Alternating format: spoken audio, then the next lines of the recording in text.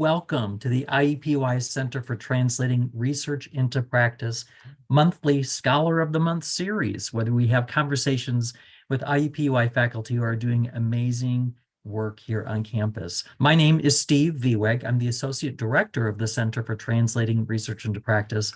My pleasure to welcome you all here and to let you know that my trusty assistant, Nuri McLucas, who's the glue behind all of this, is here taking care of all the technical work. So thank you for your work, Nuri, in making these things happen.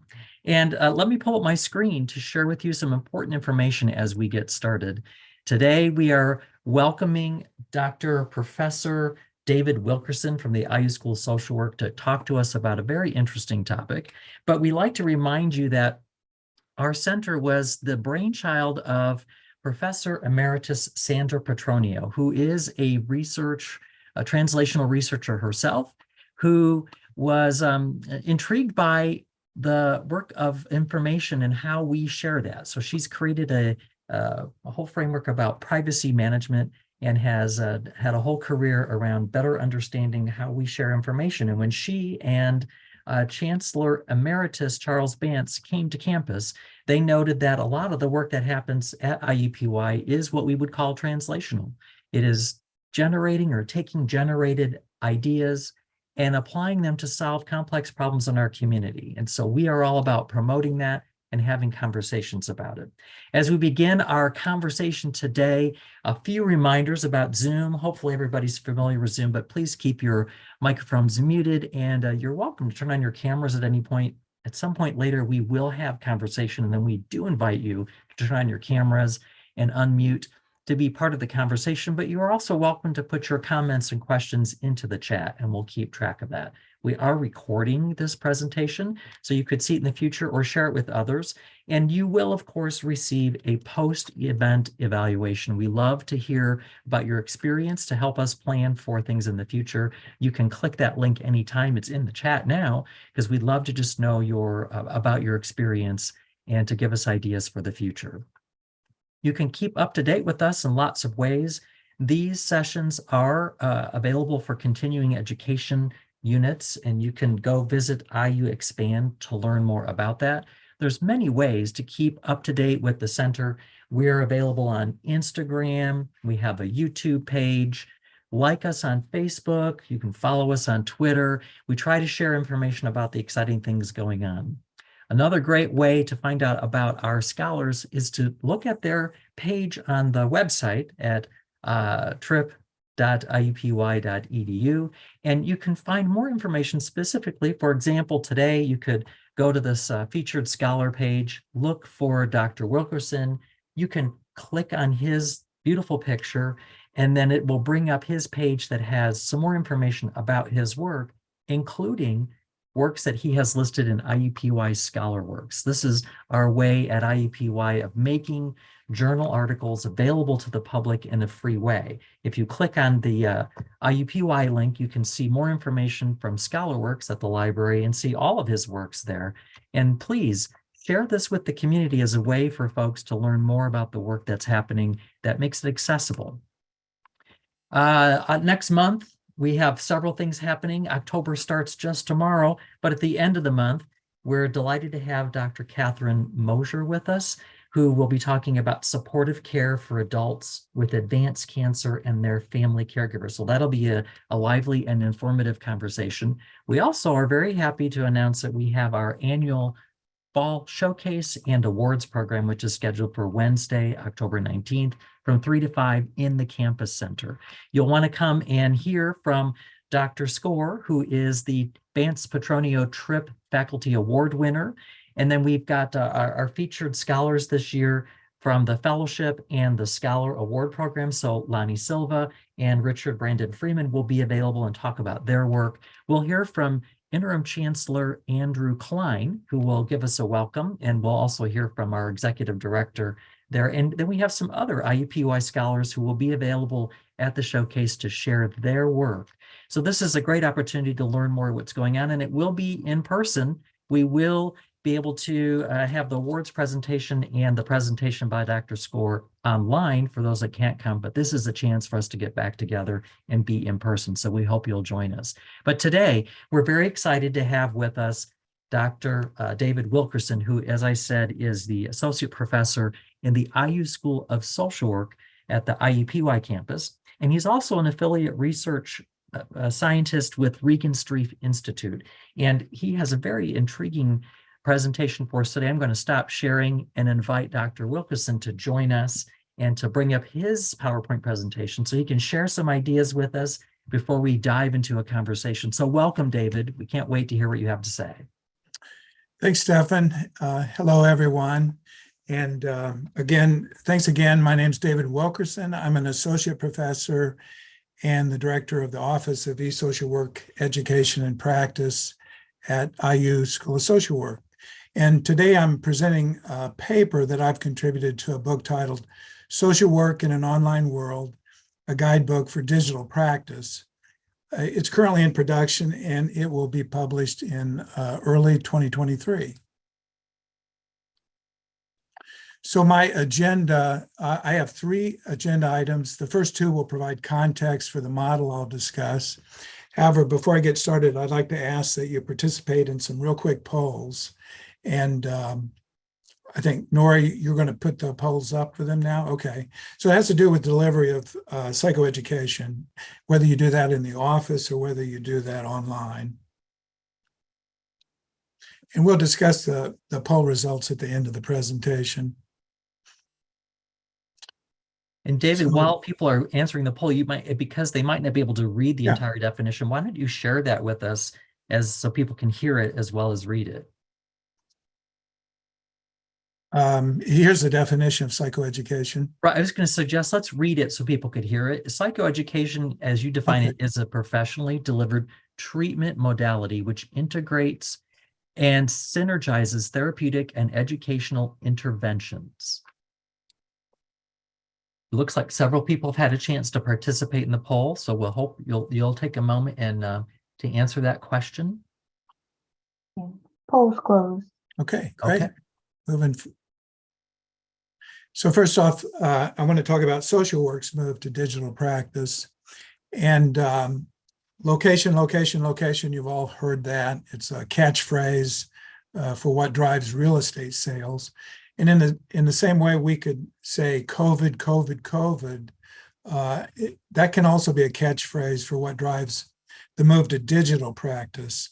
So the COVID-19 pandemic all but halted analog practice delivery. So that's where the practitioner and the client have to be in the same physical location at the same time. And it also resulted in many new state and federal legislative policies surrounding regulation, surrounding reimbursement for digital services.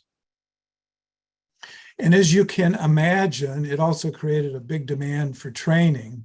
So for instance, in April of 2020, we created at the University of School of Social Work, we created and delivered a telepractice basics continuing ed course through IU Expand. As of September, we've had nearly 10,000 participants enroll, and it's still there if any of you haven't seen it or want to participate. So as we follow in the wake of COVID's impact on digital practice, so this training demand has also resulted in another demand, and that's for digital intervention platforms and programs, translating analog practice to digital spaces, which it turns out it's easy to say, but it's very difficult to do. Mark Koo and colleagues interviewed users about their experiences with a computerized intervention authoring system. They identified 3 barriers. And the first was a lack of cross-disciplinary understanding. So the subject matter experts didn't understand the costs and the time that go into the demands of technology development. And another issue for them was that they didn't often recognize other usages that they could use technology for in terms of delivering services. And on the other side of this is those with technology knowledge, they had a limited understanding of how interventions could be delivered. The second challenge is the variability in the recipient's technology access, infrastructure, and their digital literacy. So these include internet self-efficacy, internet anxiety, privacy concerns, access to broadband, usable broadband upload and download speeds. So for example, Paravadalis and colleagues studied an online intervention that was developed for family caregivers of persons with dementia. And they discovered that most of the users had very low levels of participation. They found that users were really cautious about privacy, security concerns, and then they were reluctant to access a new and unfamiliar online program. And the third challenge is evidence-based in-person interactions don't translate directly to digital interactions. And they give a number of really interesting examples of that. However, at this time, or at this point, I'd like to go ahead and turn to the issues that I'm discussing and the challenges of translating group-based interventions. And by the way, I'm teaching a digital practice course right now. And the students who have experience in online delivery, I've heard them say that synchronous group interventions is something that they have learned to steer clear of. They don't want to do that. So I'm going to turn this discussion to asynchronous groups, as that's what I used for my model. And each of the following researchers have investigated programs that included a web-based individual training and then asynchronous group discussion boards. So Steed researched an online family life education program, and roughly half of the participants chose to either go to the web-based training or go to the discussion board. However, the ones that visited the discussion board didn't continue to participate because of limited engagement, limited content contributions. And so the next is Taylor and colleagues. And so in their intervention, an optional discussion forum for mutual support was developed alongside individual online delivery of parent management training. Only a few participants contributed content to the forum. Most lurked. They only read posts without contributing content by replying or posting their own messages.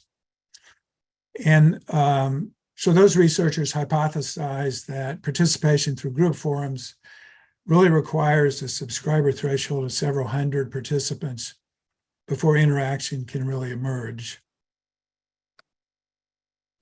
Cristancho LaCroix and colleagues delivered a psychoed program for caregivers of people with Alzheimer's disease. Participation in the individual psychoeducation was facilitator directed, and then the discussion program or forum was self-directed voluntary. They wrote that although most of the participants found the psychoed program useful, overall they expected something that was a lot more dynamic, and they wanted further interaction with staff and peers. However, they also wrote that the most frequently visited section was the forum. However, there were only 10 messages and 10 answers posted in the forum. So you can see, again, lots of observers, but not very many participants. Last, Gins and colleagues.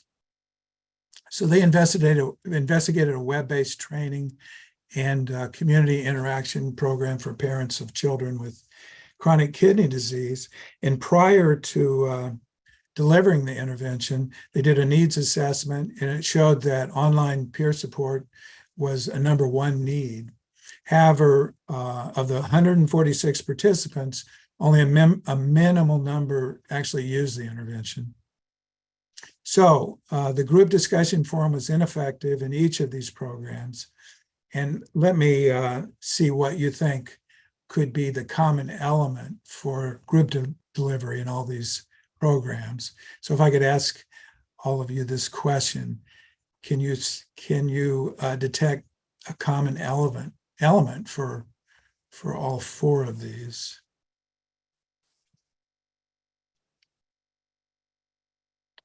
Any takers?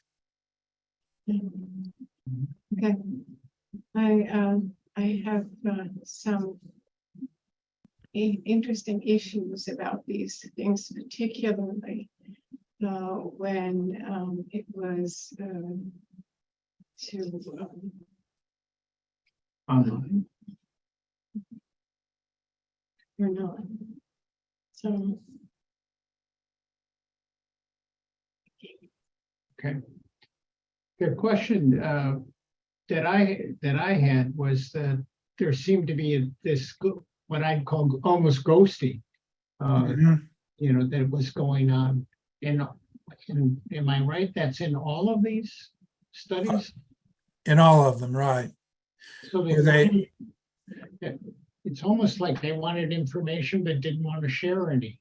And Sandra's interest in privacy, obviously, maybe that raises that observation. Did that appear to be why they were just watching, not participating? Just watching, not participating. In what I find, it's not just these studies, but in other studies where where there's web-based training, individual training, and then in a group, is that the groups are optional, involuntary. The web-based training pieces are facilitated. Often folks need to enroll to participate. However, the group discussion is made available with the assumption that because we have this space available for you, you're going to use that space to receive support. And it doesn't appear that that works. But I have another explanation for it. And it's called the rule of participation inequality. So Nielsen, who's known as a usability guru, so he has said that the vast majority of people observe within social media. They don't interact. And so according to Nielsen, 90% of the postings in social media come from only 1% of users. And 90% don't post at all. And then the other 9% just intermittently post. So that brings me to a question that I have for this group. And so Nori, if you could say, yeah, there's the poll right there. I want to see how much this group conforms to Nielsen's 99-1 rule. So there's the results for you. So it's a bit different, isn't it?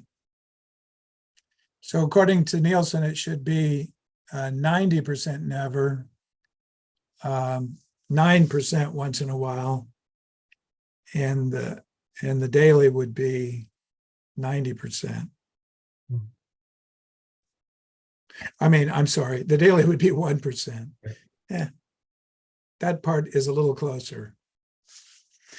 Well, looking at, so we can look at this rule though, and we can see how well you can apply it to interventions like we've been talking about, web-based training and discussion forums.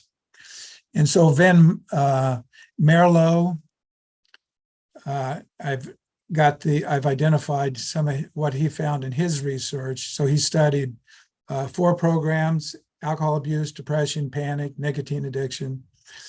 And you can see that there was a combined 63,990 participants.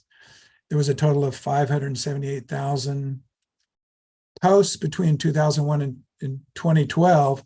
And in this time, we do see it really conforms to the 99-1 rule, that 90% of combined site participants accounted for only 1.3% of the posts.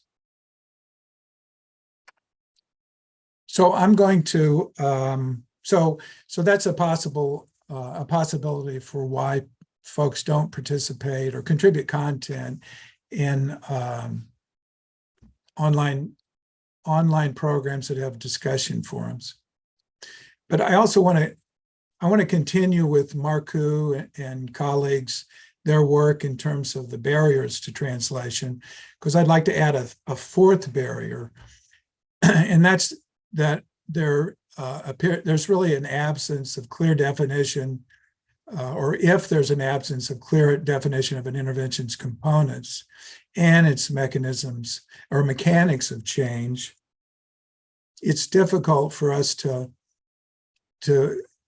perform reliable research. Replicability is a problem, and certainly the development of our practice knowledge becomes limited. And here you can see the trans-theoretical model for change, and I just put this up as an example of a particular model where you do see mechanics and actions. And even with their particular model, if you're able to assess that someone's in contemplation, then that brings a number of interventions that you might apply versus if someone's in pre-contemplation. So, works great. I can feel the cold already. So if we go to psychoeducation, there is what's been called a theoretical black box that is occurring. And some examples of this are from Lukens and McFarlane. And they see psychoeducation's flexibility and its inclusiveness to result in varying definitions of the intervention. Percy and colleagues, they studied analog and digital psychoeducation programs. They found that they were effective for unipolar depression, but as their quote says, the mechanism is unknown. And then Brock and colleagues' definition, this could also define bibliotherapy. And I could cite several others that provide similar definitions. So it really varies widely what is psychoeducation, and the mechanics of change are not well known. And if we turn to group-based psychoeducation, there's even a bigger issue here for understanding change, mechanisms of change. And that's unlike individual psychotherapy or group psychotherapy. When we think about those, I mean, we can see a clear distinction, and we know that there's a clear difference in terms of techniques and operation, but group-based psychoeducation, it isn't even defined separately from psychoeducation. It's just seen as another way of delivering it. So again, it creates several questions in terms of mechanics of change, barriers for translating analog group psychoeducation to digital group psychoeducation, kind of like the research examples I gave earlier. So with that context, I'll share a model for digital hybrid psychoeducation that attempts to address two questions that I see as needed for translating from analog to digital intervention. So first, what are the mechanics of change that develop from if you integrate individual and group work within digital psychoeducation? And we saw, we'll talk about that in a minute in terms of the integration. And can integrating online group work with individual training amplify the practice components of intervention, like the web-based individual skills training? So my model definition is digital hybrid psychoeducation. It's professionally facilitated intervention that integrates, synergizes, amplifies, and personalizes individual web-based training with online group work. And those are the 5 key concepts. The the case I'm using to demonstrate these key concepts is a pilot study for PMT psychoeducation. And for those interested, I've included a link in the reference page, and it's also available through ScholarWorks. However, to summarize the outcomes, the pre-test, post-test surveys demonstrated moderate changes for increased parenting self-efficacy, moderately large changes for decreased likelihood of oppositional defiant behavior or disorder. Excuse me. The elements of the individual web-based training and the group work were joined and integrated. So this is quite a bit different than the examples I gave earlier. So as you can see in week 1, there's individual web-based PMT module, and then parents are moved to a discussion group. And so participation in the group, it isn't voluntary or self-directed. It's professionally facilitated, and then folks are moved from one component of the intervention into the next. Week 3 back to individual web-based training. And so this is the most basic method for integrating the 2 components in facilitating alternating participation. The group participation was also professionally facilitated. So materials for discussion were prioritized and sequenced based on the training goals. And then facilitation for the group discussion included emailing participants to ensure they observe new posts, new posts or replies, or relevant observations related to their own posts, as well as scheduling these beginnings, the beginnings of week 1, the beginnings of week 2. Next, a key concept is synergizing, and the method was problem-based learning. So discussions began with a video vignette for troubleshooting. And I'll go ahead and show an example.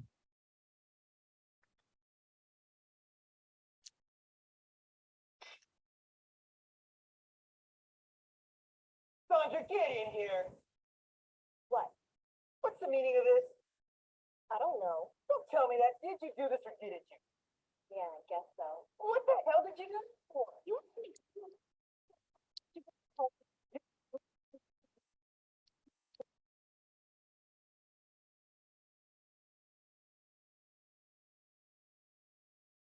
So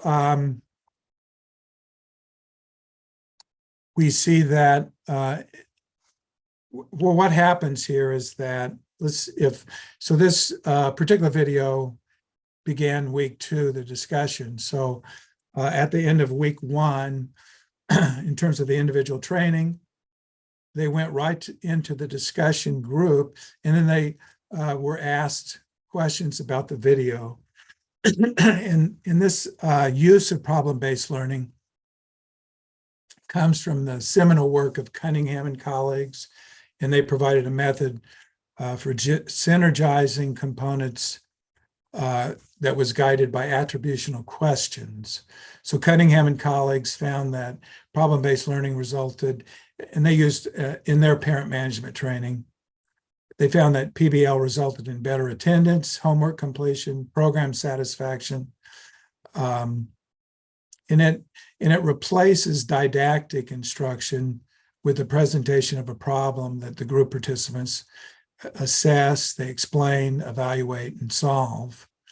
And so critical to this process is that the problem addresses participant real-life concerns in a relevant learning domain, which in this intervention was parent management training.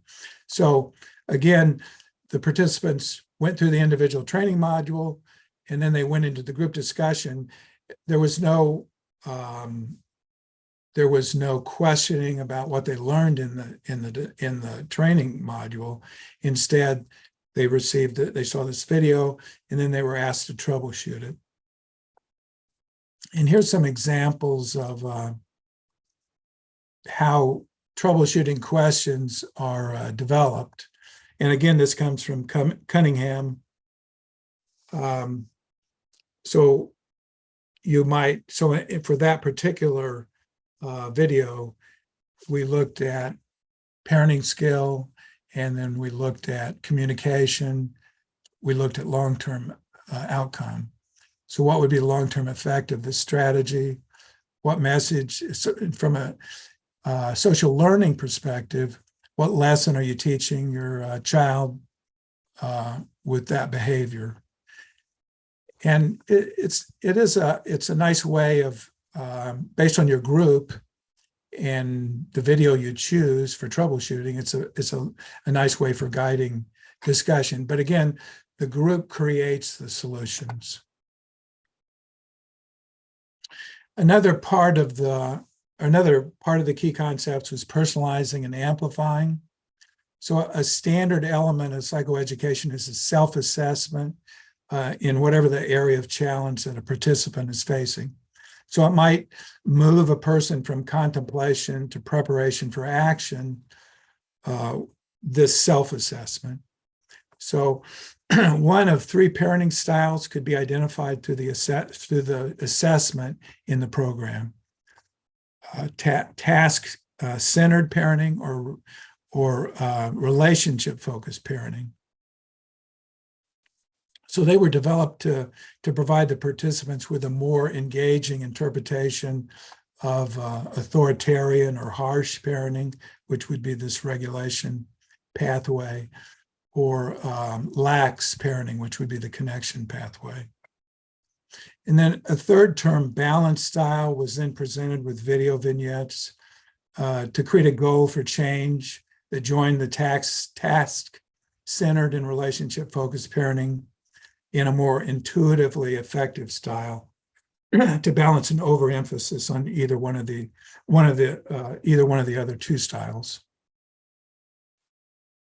Amplification refers to the use of identification of parenting styles in the PBL group discussions, and participants apply the individual training. They seek to achieve a balanced style, and you can see that in their discussions, which I'll show a few of these posts. These are 4 different posts, and you can, so within the individual training module, the participants identified what kind of parenting style they had, and they also identified what their compliance rate was. And so you can see a couple of these folks are identifying task-centered or harsh parenting. And so this would be the kind of thing that would be stigma-inducing also to talk about in a group. However, with we felt that by personalizing it and making task-centered not a horrible thing, but something you need to balance with connection and relationship, that folks would feel comfortable about talking and reaching a goal of balanced parenting.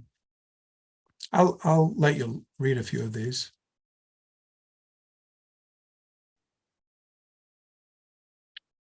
And I will share another example. So this is a single post from a participant that joined the program with her husband. And it illustrates the personalization and, again, the amplification of web-based training in her discussion. She identifies herself as she was task-focused or a harsh parent.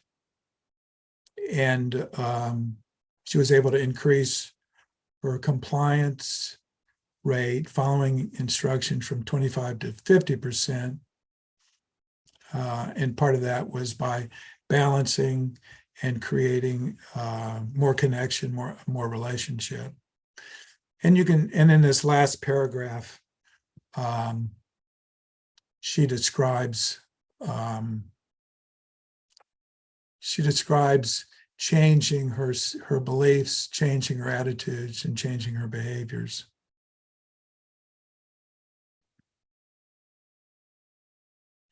So I think, are we at 20 minutes?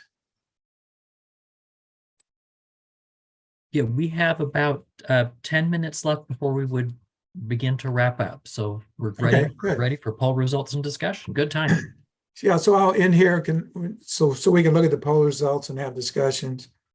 So quite a few people deliver individual psychoeducation in the office. Interesting. Quite a few deliver online. And so I'm wondering, the ones that are delivering, let's see, who delivers group-based online? 14%. I'm wondering, for the ones that deliver group-based psychoeducation, is that asynchronous or synchronous? Which I might have asked. Anyone want to share that? Their experiences with the group-based online intervention, or any type of psychoeducation in terms of this move that we're making from analog practice to digital practice. So this would be a time to unshare our screen and then invite people to turn on their cameras and engage in some conversation to perhaps talk about some of these questions. Well, there is a question in the chat from Dr. Matata.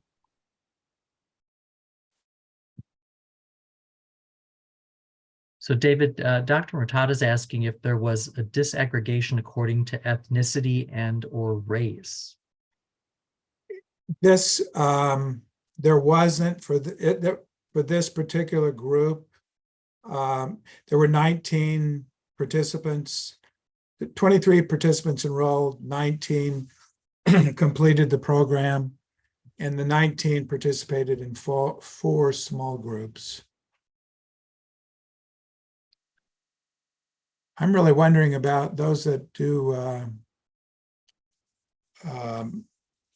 online group psychoeducation, if any of you are doing that with discussion forums, and if you've just if you are doing asynchronously, if how well that's working for you.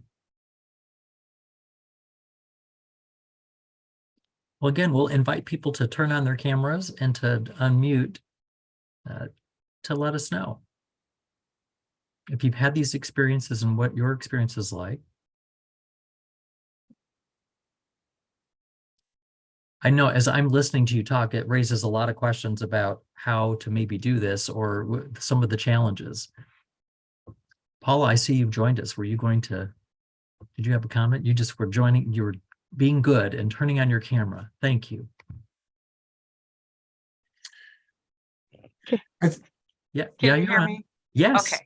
This is a new device. I know I'm just starting my job at the IUPUI Cancer Center, and so I don't have any feedback yet as far as any groups. I mean, I know I'll be out in the community doing things, so I know that much, but I'm just starting, like I'm just in my 6th week or something like that. But I did want to turn on my camera to Well, let you thank know you. someone is alive and here for real. Thank you. Thank you. I think one of the things that I know often I hear, I've often had conversation with folks that are planning to do online interventions, and I've often hear that statement that they plan on offering a group so people can get support from one another. And I guess my experience is that it just doesn't work that way, that you have to, that there is a lot, that these other kinds of in terms of mechanisms for change, that these other activities need to be a part of the intervention, at least in the case of using an asynchronous discussion forum as a part of psychoeducation. Thank you so much for this presentation, Dr. Wilkerson. We are running a program where we're tutoring and mentoring young children across the state. And we're working with a number of the parents or adult caregivers, because in many cases, it's not so much the parent, but an adult caregiver who is responsible for the social emotional well-being of the young people. And so we've had synchronous workshops, and we're finding that the participation rate is good, but it also varies. And that's why I asked in regards to the disaggregation. We found that some of the adult caregivers were often ready to share their talk, but they're not necessarily seeing themselves as being harsh or necessarily being relationship building. They see themselves in lots of different ways, but they want guidance in whatever way. And so we didn't necessarily assess what their style was, but more because that's not our background. Our background was in education, thinking through what we might do to support those adults and parents, really supporting their young people's well-being. And so my question really came to, and why I posted it was because if you're starting to see anything that really does speak to the disaggregation of ethnicity and language and race, because we are becoming such a diverse country, how do we attend to that? So it certainly wasn't a part of this particular research. I think that in terms of disaggregation, I think it is important. It would be important, at least from my experience, to look at the audience or look at your participants and find ways, find ways that you can personalize that content for them in some very straightforward, simple ways. And so there's lots of literature around parenting styles, and there's some new literature that's beginning to discount some of that too. But we really simplified it into just those two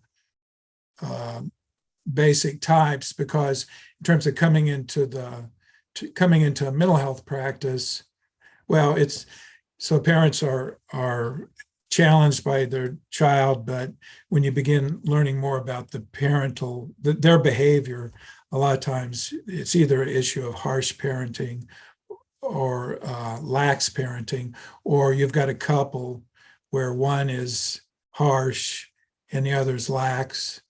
And there may be all kinds of couple dynamics that would account for why those behaviors were occurring too. So we personalized it, we made it really simple, and then we created that goal for being balanced.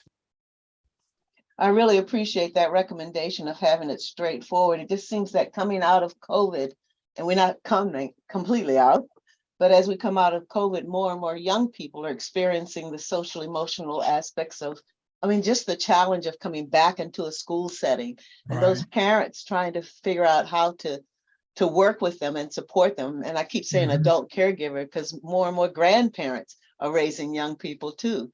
Yeah. And so how do we attend to that and offer those straightforward but simple supports for their well-being too?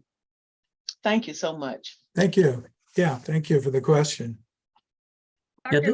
this. Go ahead, Haley. Yes. I have a question. So I am a social worker at a school, and we have been struggling with just getting parents to participate in events, really engage with their kids. So can you talk a little bit about the process of how you recruited those parents, kind of got them enrolled in the system, or anything on the lines of the engagement? Sure. The recruitment was done through, a lot of it was done but with flyers, and we were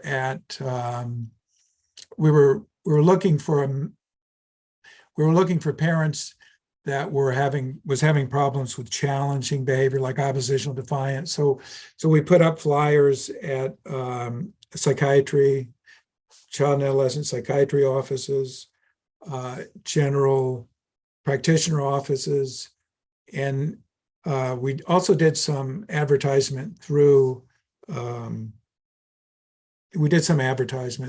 newsletter, local newspaper. For school,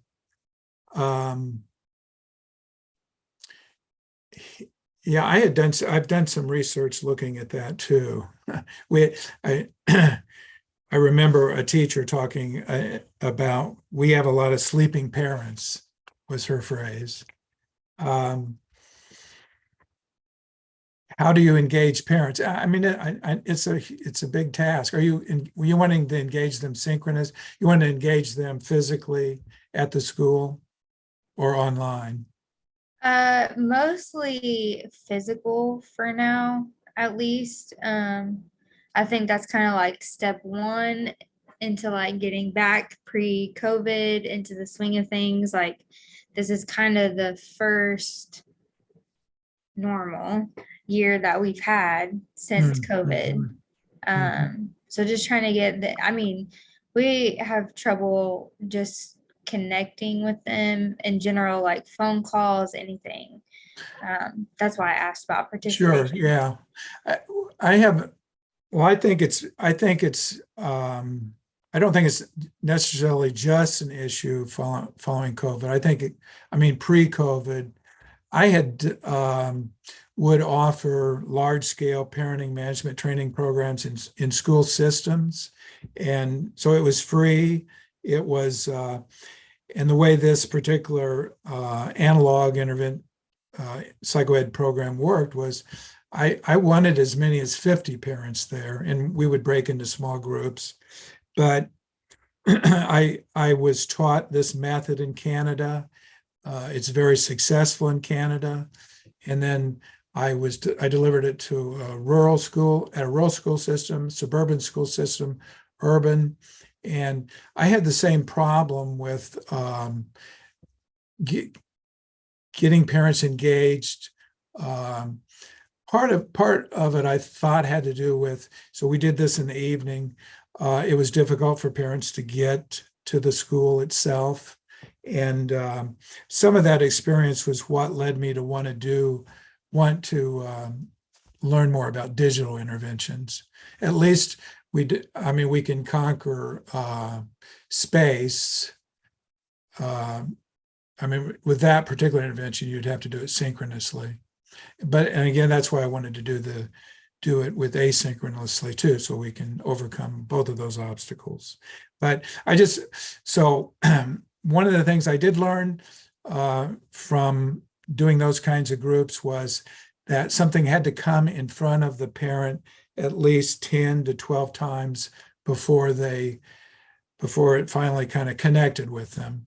So the more ways that you can market, you can get it across, let parents know that I have this really great thing that you're going to love. I think that can make a difference. Thank Well, you. I see there are a couple more questions in the chat, but we do want to take a pause here and thank you for participating and sharing and talking about what seems to be a pretty important topic, as many of us in our work are trying to figure out how do we, as Dr. Murtado talks about, sort of post-COVID, we're not out yet. We are still in our work seeing the impact that people are having around trying to get back to whatever the new normal is, but the impacts, particularly in our kids, and struggling around how do they function, and how do their families function, how do they do in school, and or childcare, wherever they are. So this is very important work and has a lot of opportunity to help us figure out the best ways to move forward. But we do want to pause here and thank everybody for coming. Those that need to leave to move on for their 1 o'clock and need a little break, we invite you to go ahead and take off and leave. Those that want to stick around for a little bit longer and have more conversation or answer these couple of questions, please stay on board. and we can talk with Dr. Wilkerson for a few more minutes before we finish. But we hope we'll see you at future Center for Trip events. Don't forget, next month is our annual showcase and awards program. Of course, we'll also at the end of the month have our Scholar of the Month program. So thank you for joining us.